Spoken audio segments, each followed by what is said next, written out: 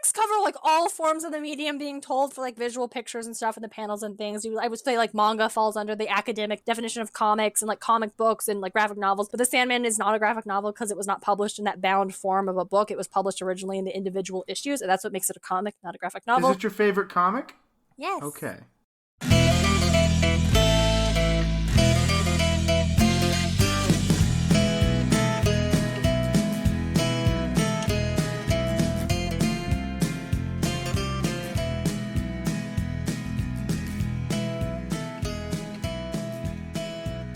Hello, mortals, monsters, and myth lovers alike. You're listening to Podcast of Poseidon, where we explore ancient myths and their modern retellings by reading Rick Riordan's Percy Jackson and the Olympians. This is Chapter 7, The Furies. I'm your co-host, on loan from the Hunters of Artemis, Darien and Smartt. Joining me is my co-host and brother, hailing from Cabin 11, DJ. How's everybody doing today? Cabin 11 is technically the cabin of Hermes, but no one's claimed me yet, so I'm undetermined. And so they just stuck me in the cabin. That's wild. And I keep getting my shit stolen, and, you know, it's just a whole thing. That's wild, because the gods are definitely supposed to claim their kids by, like, what, 12, 13? I know, and I'm like 21 Someone done now. fucked Like, up. it's just crazy. I know. I don't know if I'm too keen on this whole situation. Yeah, well, sounds like somebody has broken their oath, which is topical for our episode on the Furies. Woo! The Furies, also known as the Erinyes, are big players in Percy Jackson in that they are the first confirmed nonsensical Greek thing that tries to kill him. But we only see one at the beginning of the book. Which is why we waited until we saw we waited to the order until they were all three together, and then they get to hang out. So, DJ. What's up? What do you know with the Furies? I know that they punish, and I know that one of them fucking sucks as a boss in the game. Here it is. Fucking holy shit. I don't even remember which one it's called. Hold on. I'm sure I could figure this out. Give me a second. We usually wait until the second half of the episode to get into pop culture, but yeah, we'll start here. Look, man, you ask me questions, you put me on the spot. Yes, because I don't ask you questions at the beginning of every single episode. If you have not figured out the pattern yet, I don't know what we're doing here. Yeah, no. It's Chapter 7. Anyway, I'll get to that later, but yeah, holy fuck, one of them sucks as a boss. But I mean, I know they're used to punish, and I know they're used to... Oh man, what is that guy's name? Another character in Hades that was also... He has to push a rock up hills for all eternity, and the Furies are just whipping his back. Sisyphus! What a Chad. I don't actually know what he did in his life to deserve being tormented like that, so he's probably not a Chad. But in the game, he's really cool. Okay, I have not played Hades, know nothing about Hades. Look forward to learning all about it during our Underworld episode. Oh, but yeah. That's basically it in the nutshell. The Furies, or the Erinyes, as they're also known, are, to quote their Wikipedia page, are female chthonic deities of vengeance, which is a mood I can personally get behind. Yeah. Basically, they are, to confirm, they are goddesses. They're not monsters. They're not spirits. They are actually goddesses of vengeance. Early on in Greek mythology, the Furies were not super well defined. They're more vague entities. Perhaps they evolved, or not evolved, but more from stories about ghosts coming back to like curse or haunt those who had wronged them, like murdered spirits, things like that. But eventually, they were defined as being three goddesses. And much like the Fates, they have names, which I didn't know, or I think I did know and forgot. Oh no, they have names. Yeah, they have names. Of course they have names. They all have names. Unless that's not what you said. I wasn't paying attention. What? My food's here. Motherfucker. All right, so yes, I was saying that they have names, and I was surprised. You were surprised that they had names? Well, it's like the Fates, right? Where I didn't realize they had names, but like, no duh, they have names. Like, I guess. I forgot. I don't know, like I'm sure I knew and forgot. Again, yeah, I've had like few interactions with the Furies. Mm-hmm. One of them, I mean, being Percy Jackson. Yeah. And then, the only other one that's also major is Hades. Yeah. And that one has their names. Obviously. All right, so DJ, do you want to share the names with... The names? Did you know them? Yeah. Yeah, there are Megara, mm-hmm. Electo, and Tisiphone. Yeah. Now, do you know what each of them is basically, the goddess of vengeance over? What crimes they are specifically like? I actually don't know that one. It's okay, I do. I don't know. I think Tisiphone likes to punish murderers. Yes, you're right. Do you want to take a guess The only reason... Is it Hades? Hades, yes, because she only says murder and murderer. And she's the annoying boss. Okay. But I'll get to that. Okay. Do you want to take a guess what Alecto might punish? Robbery? Kind of. Thievery? She is the punisher of moral crimes. Hmm. So the example is just anger on this one, and I don't think that's a very good example. Anger, etc. And No. I'm like, we could have had more than that. Yeah. Actually, no. So I'm wrong. That would actually, so thievery would actually be Megara. She's the punisher of infidelity, oath breakers, and theft. And Alecto's moral crimes. So yeah. That's fair. Do you remember which of the Furies Mrs. Dodds was? I don't even remember them bringing up the name. They probably did. Yeah. I believe that they do, but I just don't remember that. Yep. They do. I can't remember exactly when, but it is on the Percy Jackson wiki because I was trying to confirm which one she was. She was Alecto. Ah. And side note, I'm pretty sure I was calling her Mrs. Dobbs.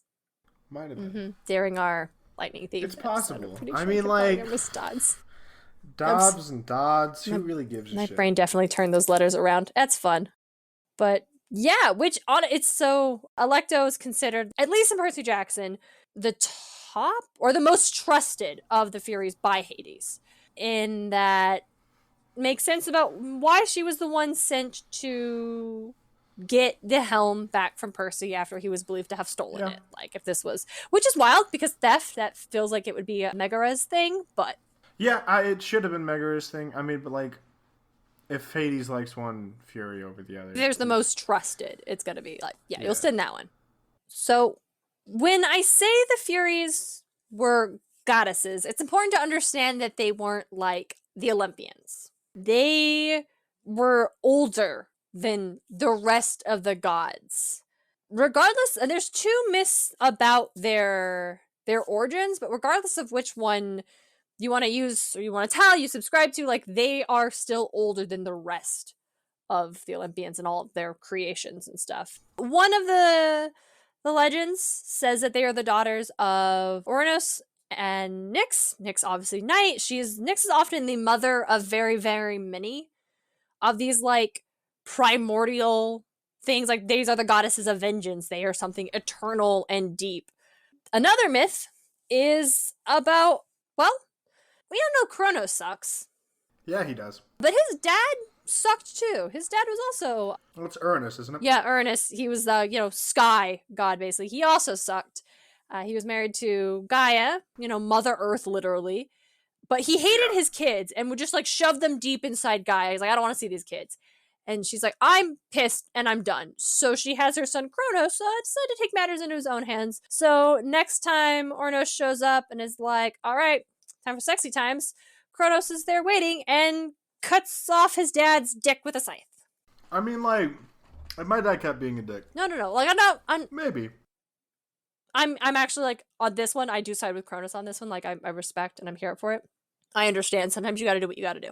Very few times will you find us siding with Kronos. Very few times will you find us siding with Kronos.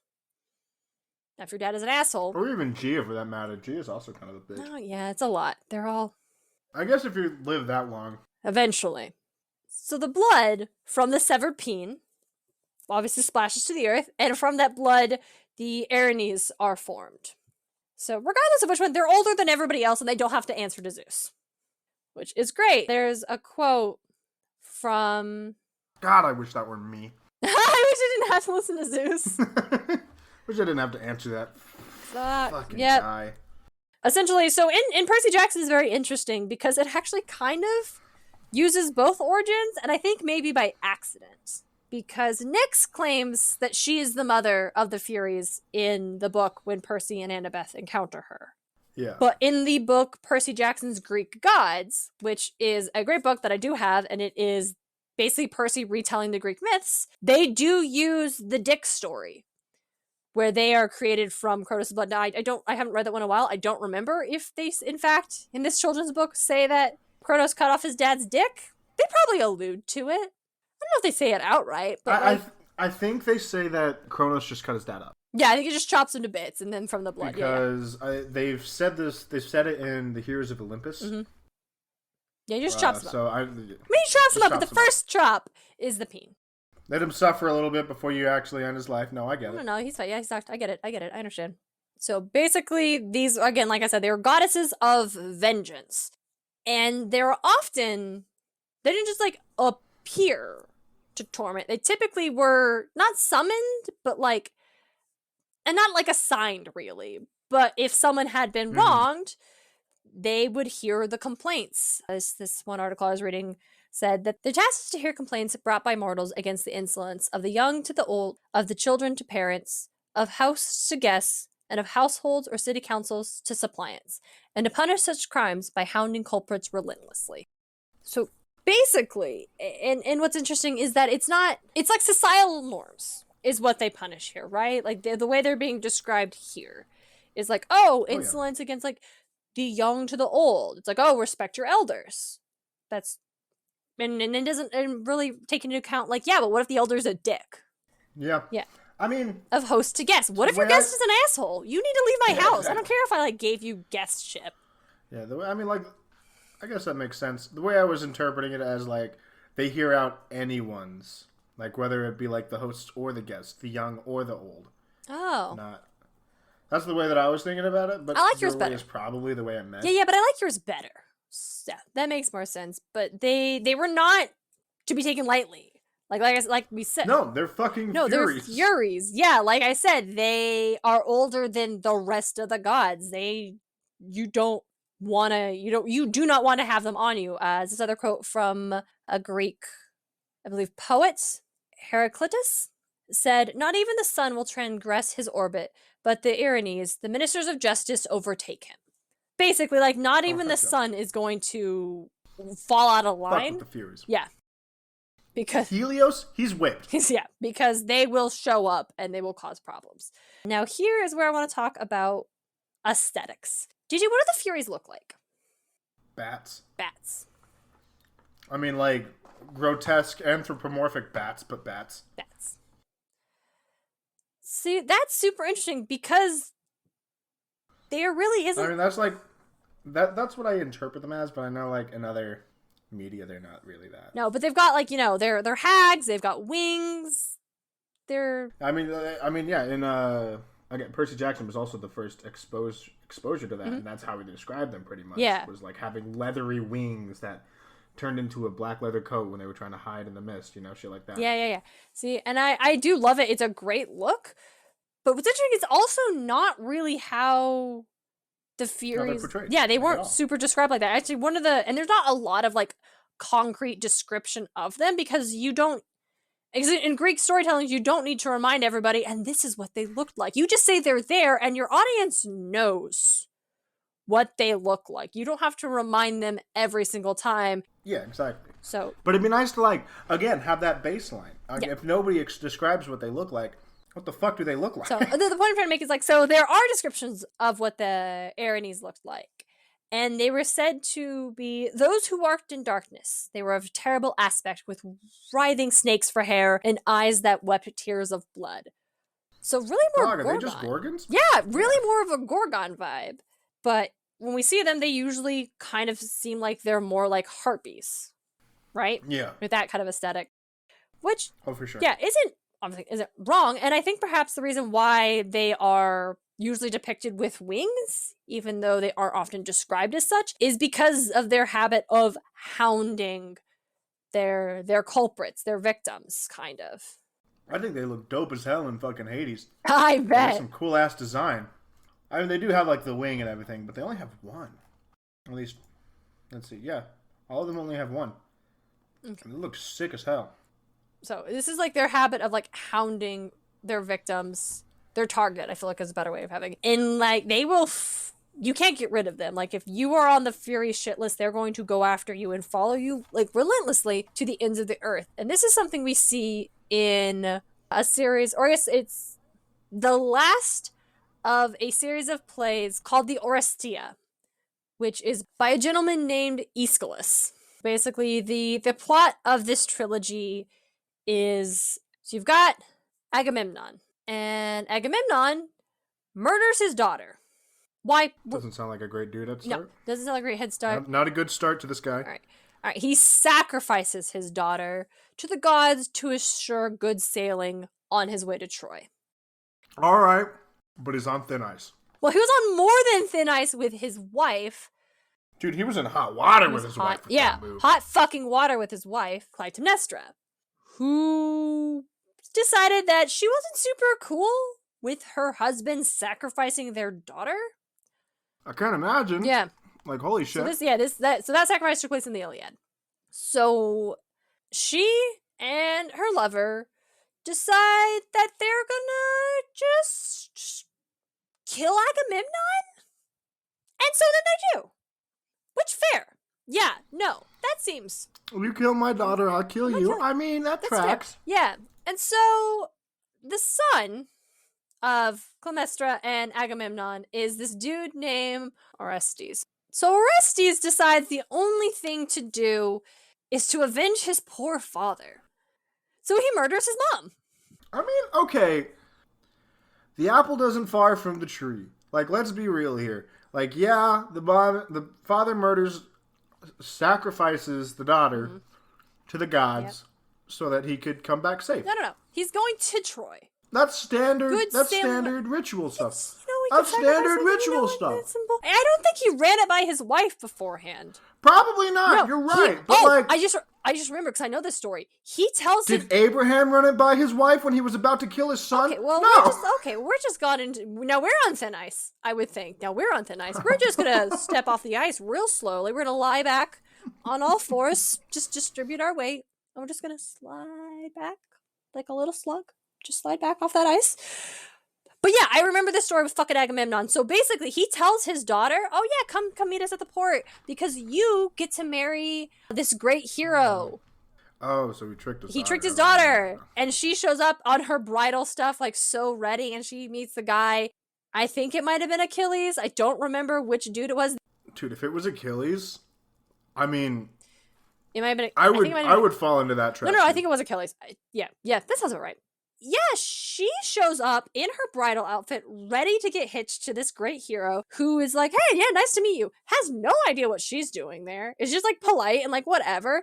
And then her dad sacrifices her. So we're all a little pissed about it. Yeah, that's not the cleanest thing to do. So Orestes kills his mom, and then the Furies,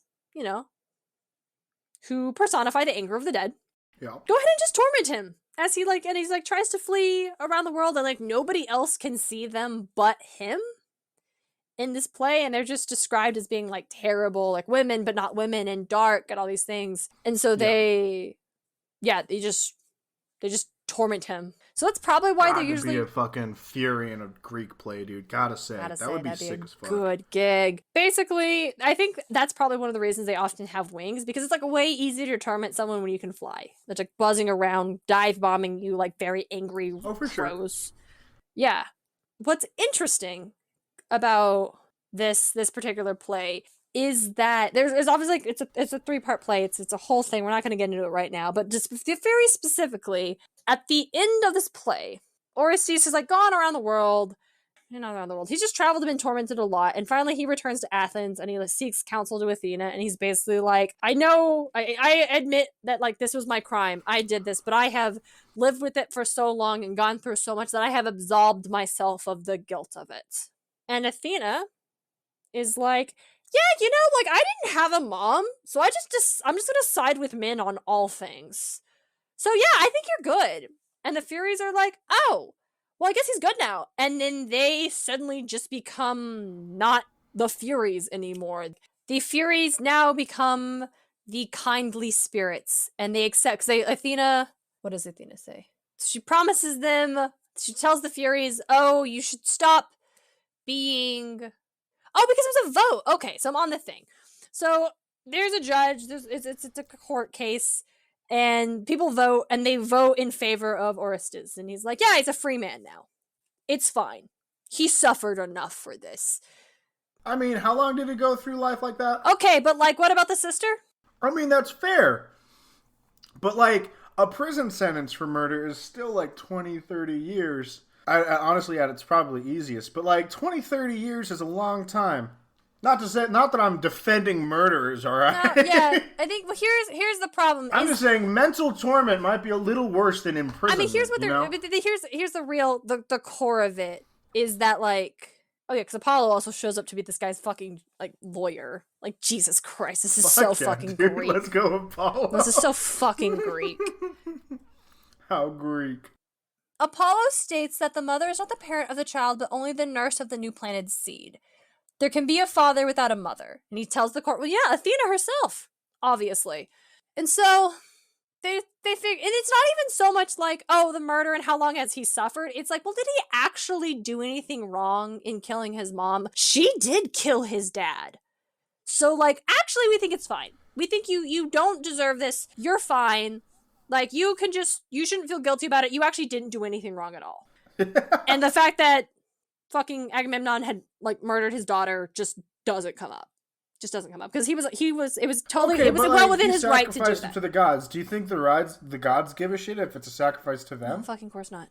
Fucking course not. The gods all suck. Of course not. All of them. Yeah, they do. Here we are. Of course it's not going to come up in God court when it was their sacrifice. Yeah. That's probably why the sister doesn't really have much of a say in this. Like, it probably wasn't the sister's soul that was angry. The sister's soul was probably vibing with the gods. No, I actually don't know where I don't know where the sacrifices the gods for, but I don't think she'll go to, like, the fields of asphodel. I don't know. I don't think you get special treatment for being sacrificed. She didn't volunteer for this. I think you do. That's what this episode is about. Look, man. Okay, so basically, you're right. The Furies are pissed, and I agree with them because again, this isn't whether or not he has suffered long enough, whether or not he served his time. It is, in fact, well, did he actually do anything wrong? And no, the people of Athens decide no, he didn't, and Athena decides no, he didn't. So the Furies are like fucking pissed. And Athena's like, okay, well, you can't bring your fury onto Athens because this was a fair trial. But like, hey, why don't I give you like the shining place underground and you can accept devotion from the citizens of Athens and, share in her, quote, rite of worship. Do good, receive good, and be honored as the good are honored. Because apparently, the Furies are bad. The Furies that punish those who have wronged and harmed others are bad. The goddesses of vengeance are bad. So then the Furies become the kindly ones, and Athena gives them... she replaces their black robes with like new reddish purple robes. And although they still seek vengeance against evildoers, they now do so... they will now also aid the good people of Athens. So they have also tamed the terrible Furies. If you can't tell by my tone, I really don't like this fucking play. Yeah. That's the Furies. Woo! Now, we get to talk about the interpretations of pop culture. And I'm just going to say right here that leading up to this recording, Darien was constantly calling them the furries. You said it that I practiced so hard! Of course I'm going to say it. I can't believe you undercut me on this. And I'm going to out you. I can't believe you undercut me on this. You're right. But I just found it really funny. And clearly she practiced. She hasn't said it once this entire episode. I mean, good. Great job for her. Mm-hmm. But I was waiting for you to fuck up so I could say, yeah, she's been doing that a lot. No, I was real good. But since we're going on to pop culture, furries seem to be very pop culture. Yeah, but that's not what this episode is about. You're right. It's about the Furies. Yes, which I have said correct. Do you want me to go back and pretend to say it wrong so you can call me out and we can edit it? Not at all. No. This is funnier. It's not funnier for me. It's funnier for me. Jesus. All right, DJ, do you want to talk about Hades? Yeah, I want to talk about Hades. Of course I want to talk about Hades. All right, it's your turn. Game is great. Tell us about Hades. Tell us specifically about the Furies. I will. For those of you who don't know, who just like tuning into this one episode, what are you doing? Go back and listen to the other like 6 or 7. If you don't want to do that, understandable. They are like an hour long each. That's quite a bit of time, but we'd love it if you did. But Hades is a roguelike game available on every console, I think, at this point. And it's just a fun little game about you playing the son of Hades trying to get out of hell, right? And the first level boss, the boss that you go from Tartarus to the fields of Asphodel, are the Furies. And the first one you fight every time is Megaris. And like after you beat her, she starts showing up in the main lobby of the area, and like I think you can court her, which is interesting. I haven't gone down that way, but you can give like gifts to people, I didn't know that was, which is nectar. I've just learned something about Hades that I didn't know. Okay. You can give gifts to people. They give you a trinket back after the first one. Then after that, you just increase your standing with them. But you can continue to give and it's just like a bottle of nectar. Okay. And everyone's like, "Oh, fucking word, dude." Nectar? And they just, or it might be ambrosia too, I don't remember.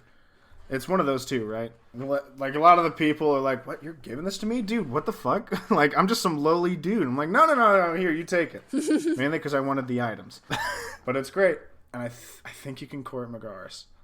Okay. I'm not entirely certain. And then there's, Megaris is like, they all have like their own attack patterns, but kind of similar. Mm-hmm.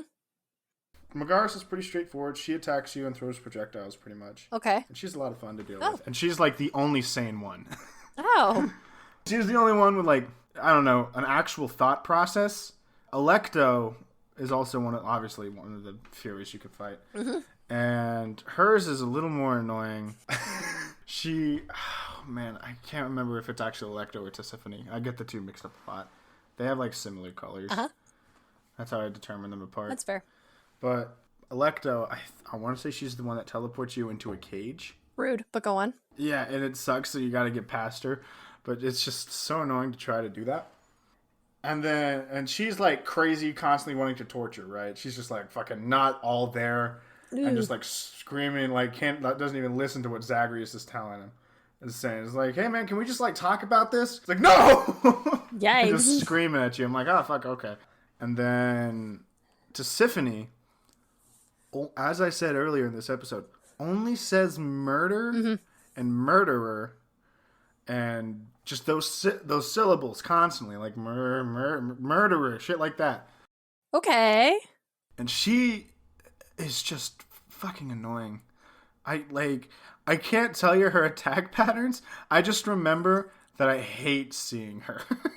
And a lot of the times when you're about to go into that boss room, Zagreus will say like little quips. Okay. When he's like walking in, he's like, please be Megaris. Oh. And it's like Tisiphone is like, God damn it. God damn it, or something like, they're like, dang it. And then like, sometimes when he walks into the room with Tisiphone, he's like, let me guess, murder? And she just screams murder. Oh my god, I don't understand this game. Okay. Zagreus is like one of the sassiest motherfuckers. Oh. I love him so much. Very excited for this episode. But I mean, that's all I got on the Furies. They're annoying to fight. And you can get Megaris to fall in love with Zagreus, I guess. I haven't been doing that. I've been going for the maid that's just the head of a Gorgon called Dusa. Nice. She's really cute. Nice. Okay. How do they operate in terms of like the Fury vengeance things? Like obviously it might even have something to do with like their move patterns. Honestly, like their characters are just kind of fun. Yeah, it sounds like they definitely like cemented Megaris is like what the they only do. sane one. Sometimes you see Megaris just in the main area, which is like the castle of Hades, and Megaris is just chilling at the bar. You go up and talk to her, he's like, don't talk to me. Aww. And I'm like, I haven't increased my standing with her yet, and I'm like, yeah, I understand. When I just walk away and go talk to like Achilles or Hypnos or something like that. It's great. Really excited for our episode where you and Lucy will tell me all about Hades so I can finally go play it. Because the point of the episode is for me to go in blind, and I'm like, I just want to play this game. Like, it just sounds really... The game is great. Oh, man, I can't recommend that game enough, dude. It is so much fun. I mean, the way they attack probably has something to do with it.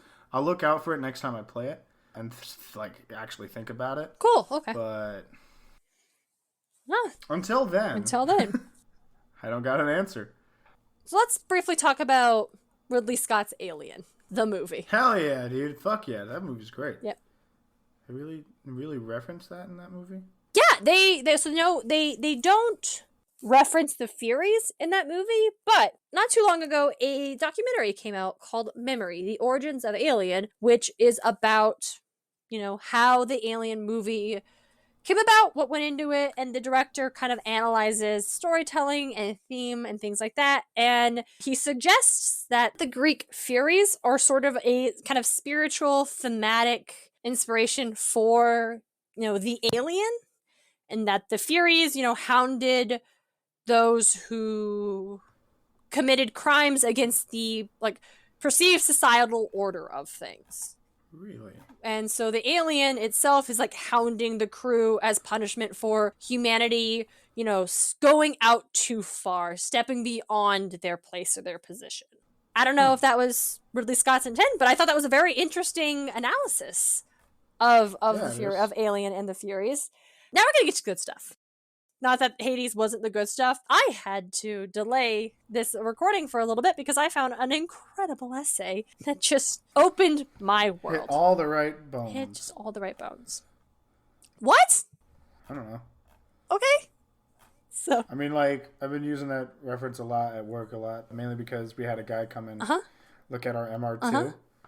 And he's like, man, it's just really nostalgic because this card came out in high school. I'm like, yeah. And then later I'm like, yeah, apparently it hit this guy's nostalgia bone. And everyone's like, oh, that's a weird way to put it. I'm like, yeah. Come on, I wouldn't say this essay hit any of my nostalgia bones, but no, I'm saying it hit all the right bones. Not just not the nostalgia bones, but just the other bones that it might have hit, like your Sandman bone and maybe. So we're talking about the Sandman. We're talking about Neil Gaiman's The Sandman, my favorite comic. Not a perfect comic, not one that everybody would enjoy or should read, but my favorite comic. And we discussed The Sandman quite a bit in our Fates episode, because we talked about the triple kind of goddess deity who, kind of personified the Fates and helped give Morpheus kind of that. The Sandman, if you didn't listen to our Fates episode, is a horror comic from the 80s and 90s produced by Vertigo, written by author Neil Gaiman. It's very good. It's also a lot. It's a lot all the way through. So these characters, the Fates, who are called the Kindly Ones. So right out the gate, you know that they're being framed as the Furies, though they do act again as the Fates by giving Morpheus visions, predictions, aid in oh, you need to go get your objects of power. Here's what you should do. But as I alluded to in our Fates episode, they really are the Furies. They are these goddesses of vengeance, and they are relentless. And so major spoilers coming for the Sandman. If you want to read this comic and you don't want to, I'm going to, literally, I'm talking about how it ends. A lot. This is the ending. This is what the series was building to. I'm talking about the ending now. And so maybe you're I don't want to read the comic. Netflix is supposed to be adapting this, so this is another, spoiler warning for this. I don't know if they're going to follow this. I don't know how much they change. There are a lot of things that they should definitely change for the Netflix adaptation being made in 2020, 2021. Yeah. Because it's not the 80s anymore. Hey! So, if you don't want to know, thanks for listening. Don't be like Zeus. We'll see you next time. Yeah. Don't be like Zeus. Bye. Anyway, continuing on. But everyone else is still here. Hi. Thank you for staying. So, the Sandman. Essentially, what happens is... Oh my gosh, I'm trying to just spark notes this for you real quick, because it is again, it's a 9-10 volume series. And this is the ending. Basically, the Furies destroy the dreaming realm and kill Morpheus. Holy shit. Yeah. So why do they do that? Well, it is an act of vengeance, right? Okay. So it's a couple things that have triggered it. So first we have this woman. Her name is, I think, Lida or Lida. I don't know how to pronounce it. We're just going to keep rolling for that one. So she and her husband were trapped inside the dreaming. The dreaming is the dreams, right? It's not to be confused with the indigenous Aboriginal cultures of Australia's idea of dreaming or dream time. This is for the comics. It's when you sleep and you dream, this is where dreams come from, this is where storytelling come from, this is where imagination comes from, basically. Yeah. So this human woman, I don't remember how, it's been a while, but she and her husband were in the dreaming for a really long time. She goes pregnant and she actually had a baby in the dreaming. The baby is human, but it is part of the dreaming. Things happen, events take place. Morpheus takes the baby. I don't Remember why. The baby gets taken. Lita thinks that her baby has been killed, and she's like, oh, okay, fuck you? Fuck you. I'm gonna go find someone to help me because no one else can help me. You're literally the king of dreaming. You're not a god. You are more than that. You are I would say almost like the Furies themselves in Greek mythology. He's beyond. The endless are, they don't, unlike gods that need people to believe in them, they don't care. Death, dream, destiny, desire, delirium, despair, destruction. They don't need people to believe in them. They just exist. So what is this mortal woman supposed to do against this literal cosmic force that has taken her child? Well, she goes to find the Furies. And she does. Of course. She's like, he's killed my baby.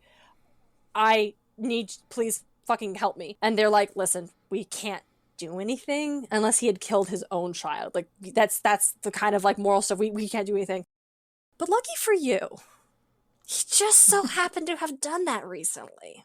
Jeez. And yeah, so this is a side story, which I will once again find an excuse to talk about later. Sandman when we talk about Orpheus and Eurydice. But in the Sandman comic, Orpheus is Morpheus' son. Oh, Dream is also called Morpheus. Did I mention that? Doesn't matter. I'm doing my best here. I'm so excited to talk about the Sandman. Okay. Yeah, you are. So, Morpheus dies, but not really. And his head has been alive for like 1,000 years. He's been like, somebody needs to kill him, and he can't die, and he just would like to die, please. So Morpheus finally shows pity on his son and actually kills him. That's enough for the Furies to be like, oh, see, you were doing pity on him, but you're actually not allowed to do that, and you did take this chick's baby, so we're gonna use this as an excuse to fuck your shit up. And now, I'm gonna talk about this essay I found, because it is just so good. It explains, so this sounds terrible, right? Okay, so Morpheus is our protagonist. We followed him through this whole series, right? All the stories like intersect with the dreaming with him, and so you like him, right? You should like him. And so him being killed, him being destroyed, like the realm being torn to bits, it is horrible. It's horrifying. It sounds like it should be a bad thing, but it's actually the best possible ending for what has been going on throughout the Sandman. For Morpheus is not a good guy. Like, he sucks. We see a lot how he has been horrible to, like, his past lovers, to people, very dismissive, to his siblings. Like, dude fucking sucks. Like, I love Morpheus, but dude fucking sucks. Would not trust him. 10 out of 10 would not recommend. So this essay that kind of captures why this ending is so great. And also, like, why the Furies are so great. So the essay is called How the Furies Got Their Fury Back. Remythologizing the Matriarchy and Neil Gaiman's The Sandman by Emma King. And this is written or posted in May 2016. I don't know who Emma King is. I don't know what this was written for. I found it just somehow. Wasn't even looking up Sandman specifically, just Furies, and I found it, and it's fucking great. King goes in and they talk about how the Furies in this represent. Gaiman does something extraordinary in this. He completely undermines that fucking Orstisis myth. That play, what happened there, like how the Furies again are female deities of chaos, and they have been avenging a woman who was murdered by her son. And the Greeks say, well, that was okay because you killed the father, and the father is more important than the mother. And then that magically turns the Furies into the kindly spirits. Yeah. The Sandman does the opposite of that, and quite intentionally, too, where the Furies, again, represent, like, the feminine. Like, we have seen them throughout this, because it's not, the Furies are not drawn as bat-like harpies, or even, like, the snakes and the bleeding eyes, which, like, Gaiman is usually really, like, on point with, like, the designs, the artists. They usually use very, like, traditional things. They are designed, like we talked about in the Fates, like, they're very much a triple goddess, right? The maiden, the mother, and the crone. That's also, like, a very deep, like, symbol for femininity, right? For this trait, the triple goddess, like the, Hecate, Demeter, Persephone, Diana, like whoever, like that's what these represent. So already this anchor to the feminine is in this version of the Furies, is what they are supposed to do. And then you have a woman whose baby has been taken from her, looking for anybody to help her against this man who, again, Morpheus, he's this ever-ending deity, but he very much identifies as male, is extremely masculine, and often kind of toxic in his behaviors, in the way he has treated women. For example, once upon a time, there was this woman who was a I don't know if she was like the leader or to be the leader of a tribe in Africa. And Morpheus fell in love with her. And she, you know, fled from him and fled from him and fled from him. Because she's like, no, I know what you are. You are beyond a god. And I can, like, this would be bad for my people if we were together. This would be bad for me if we were together. Like, no, no, no. Finally, he's like, no, I still want you. I still love you. And finally, she harms herself with a rock in a very personal place to be like, I am no longer a virgin. You wouldn't want me now. And Morpheus is like, I don't subscribe to these dumb human rules. Like, why would I want you any less? And then she's like, oh, okay. And then they do hook up. And it's consensual. But then she's like, okay, but then she realizes, like, no, no, no, this is bad. You're literally the dreaming. Like, this is, I cannot do this. So she kills herself because she's like, this is the only way to, like, be away from you and protect my people. And this is the right thing to do because humans and the endless cannot combine like this. And Morpheus gets so fucking pissed. He sends her soul to hell. And she was a good person. She was a good leader. She was kind and loving. She did this to protect her people and humanity. And he sends her soul to hell for thousands of years. So Morpheus sucks, is what I'm saying. I need to really bring this home when I talk about... And this is, again, not all characters are like this in the Sandman. Not all masculine characters are like this. We meet Destruction, who decided he didn't want to do this anymore, and actually, like, just woodworking in the cottage, and is the only one who can... I mean, fucking mood. Yeah, right? He's like, he's this big burly, he's the entity of destruction, but he's like, I don't want to be that way. I don't have to be that way. And so he like just he's got this dog, and he like is the only one who can like help take care of their sister who is like delirium, who is like very much lost herself and like not always like he's the only one that can really connect with her. So again, this is not like vilifying the masculine, but Morpheus sucks. So he needed to have someone take him fucking down a peg. And that is what the Furies did. And that is what Emma King writes about in their essay discussing how hold on, I'm gonna try really hard not to just read this whole fucking essay. But God, it's so good. Let me find one of these lines that I really loved. Oh, shit. Hold up. Whoa, found something. Oh, I forgot, and this is important. So this woman who was in the dreaming, who had a baby, her name was Hippolyta Trevor. So it's Lyta. And she was a DC superhero, and her code name was Fury. And she was related to Wonder Woman. She very much was connected with Wonder Woman's stuff. So this was not an accident. It wasn't just a throwaway of like why this particular character was chosen for this. Like, it is by design that this is what the Furies were meant for.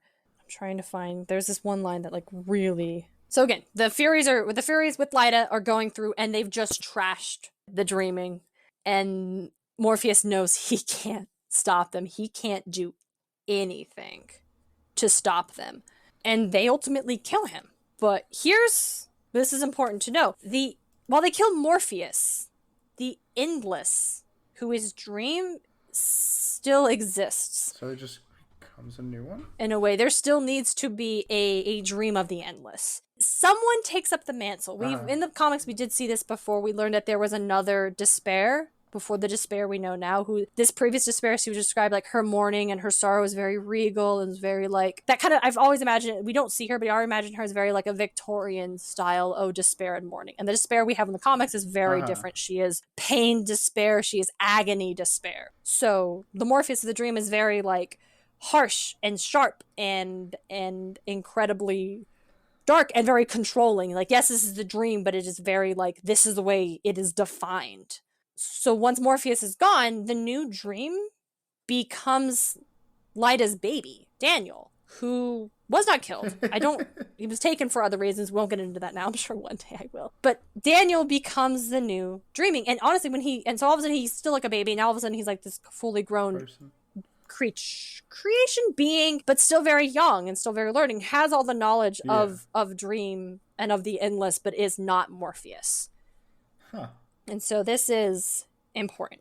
The consequences of this victory, and I'm just going to quote Kane because, again, they worded it so well. Oh my god, I think this person is my soulmate, to be honest. I don't know. The consequences of this victory are immeasurable. The vendetta is outside the bonds of any civilized legal system, particularly any devised and recorded by the patriarchy enforcing Aeschylus. They seek to punish Dream for murdering his son, a crime he was compelled to commit by that same son Orpheus had begged to die. The actions of the Furies are, in this way, unaccountable, seemingly unintelligible. However, they neither care for nor are bound to morals. Morpheus' death had nothing to do with the system of laws of morality. However, it accomplishes not just necessary, but sacred revenge for a desecrated blood oath, but also the brief and meaningful destruction of the masculine paragram, the perfect symbolic world. With Dream's death and their victory, the Kindling Ones herald a new era, an era where the masculine dominion of Dream is infiltrated by reality, by the matriarchy and the femininity. The new Dream, Lord of the Dreaming, is of their lineage, the son of the daughters of the Furies, Daniel, Leda's lost child. He is tied by blood in the very connection most sacred of the Furies to the Kindly Ones, the pure embodiment of women, femininity, and the chthonic matriarchal prowess. Not only is Daniel connected to women, but he is drawn androgynously. We see his inked with curved lines, round cheeks, soft whites, and clear plains, all a contrast to the unforgiving and harsh black lines of Morpheus's gaunt face, muscles, and robes. The Dreaming is therefore imbued with chthonic femininity, lashing together symbolism and patriarchy with reality and matriarchy, undermining the patriarchy itself. The unification of masculine and feminine ameliorates any debasement of femininity by the establishment of separate and superior masculinity. The victory is won not just for the Furies, but for all women in Gaiman's story, who, previously limited by their bounds of gender, are uplifted by the dissolution of the boundaries within the masculine, the symbolic paragram of Dream. Nice. That's why we retell myth. I would say that is what I want to talk about on this podcast. I think that's why I got I knew I was going to talk about the Furies, but even I didn't quite recognize how well that myth was retold and to what end it was done in this book comic that I do love, but didn't recognize the power and importance of the ending. Yeah, it's Dream, he dies, he's our hero, but he's not. Like, he sucks. He is incredibly toxically masculine in many, many ways. And there are a lot of women throughout the Sandman series who, when faced with the Dreaming, fall. They oftentimes lose, not for their own weakness and stuff, but just because there is no support for them, there is no recourse for them. There is, anytime women touch the Dreaming, it crushes them because it is not balanced. And so with the Furies and these feminine goddesses of vengeance seeking a crime, a blood oath broken, sought at, asked for by a woman whose son and blood was taken from her, and for that son to be the one, again, the son of the Furies, to be the one who could really help realign the Dreaming. And we do see that as the Dreaming is rebuilt, and we see the way Daniel is drawn. Morpheus is drawn often in all black hair, very intense, very sharp. It's a great design. And then you see Daniel, and they are stunning. They are always done in all white hair, very shiny, very smooth. And it is to show this more balance, that it does not have to be one or the other, and it should never be one or the other. You need this, especially in this one, this divine masculine, the divine feminine, and it makes the Dreaming, which is something that in the comics touches all of existence, shows that you need both. And the fact that Gaiman used the Furies to do that is so fucking cool. Yeah, that does sound pretty sick. And I know I haven't talked at all. Yeah, and I have talked a lot just now, and I'd like to give you the floor, DJ. I haven't read the comic. I know you love it, and I've been meaning to get around to it, but I just don't have the fucking time. I do love it. But I mean, that sounds like it's really sick, especially now I know the ending, so what's the point of reading it? I'm kidding. Well, you could get to the serial killer convention, obviously. Yeah, right? I mean, it's pretty, it sounds like it's done really fucking well. It is. Gaiman is very good at this. Sometimes you get to these parts where you're like, this is a little Neil Gaiman-y, and I'm like, okay, this is a little, dude, you did that thing you do, I don't care for this all the time. But God, it's good. That's good. Good Omens, obviously, with him and Terry Pratchett. Yeah. I love American Gods, but the Sandman is just golden. God, it's so good. And I want to, with that, because I feel because again, with this podcast, we're talking about the way things are retold and why they're retold and what purpose. And I think the way that Gaiman used the Furies in the Sandman perfectly captures what I'm talking about, whereas that it brings so much to retell these stories we know already. Yeah. What that means. If you're someone who knows these plays and knows what happens to the Furies and what happens to Orestes and Agamemnon and all this stuff, and they become, and then you see it not twisted, but remixed and turned and mixed like that. That is so much more, and you get the heart of the message so much more. So it's why another thing is like, and I don't want anybody to be mistaken when I say it's important to retell the myths. I'm not saying it's not important to tell the original myths or to learn them and to record them, because if you didn't know that, I didn't know that reading the Sandman, and so I missed what the Furies were actually doing because I didn't know that story beforehand. Knowing where that came from gives it so much more when you see the way it's being retold, because you recognize the author's message so much more. Yeah, that is pretty sick. And so I want to, I guess, end on this quote from Neil Gaiman himself, which Emma King used at the start of their essay, which is a thing that, like, when I was reading their essay and I got to this part, I was like, oh, I'm gonna love whatever comes next. All 17 pages of this baby. Oh, heck it's double spaced. It's fine. It's fine. Woo! Too often, myths are uninspected. We bring them out without looking at what they represent or what they mean. Pop culture presents us with myth in the simplest sense, a world in which events occur according to story logic, not as they do happen, but as they should happen. But retelling myths is important. The act of inspecting them is important. It is not a matter of holding a myth up as a dead thing, dissected and empty, nor is it a matter of creating self-help tomes. Instead, we have to understand that even lost and forgotten myths are compost in which stories grow. What is important is to tell stories anew and to retell old stories. They are our stories, and they should be told. Nice. And that's just, that is right pretty sick. there. And if you need to know, well, why is Neil Gaiman your favorite author? Like, that's why. Yeah, and that's all I got.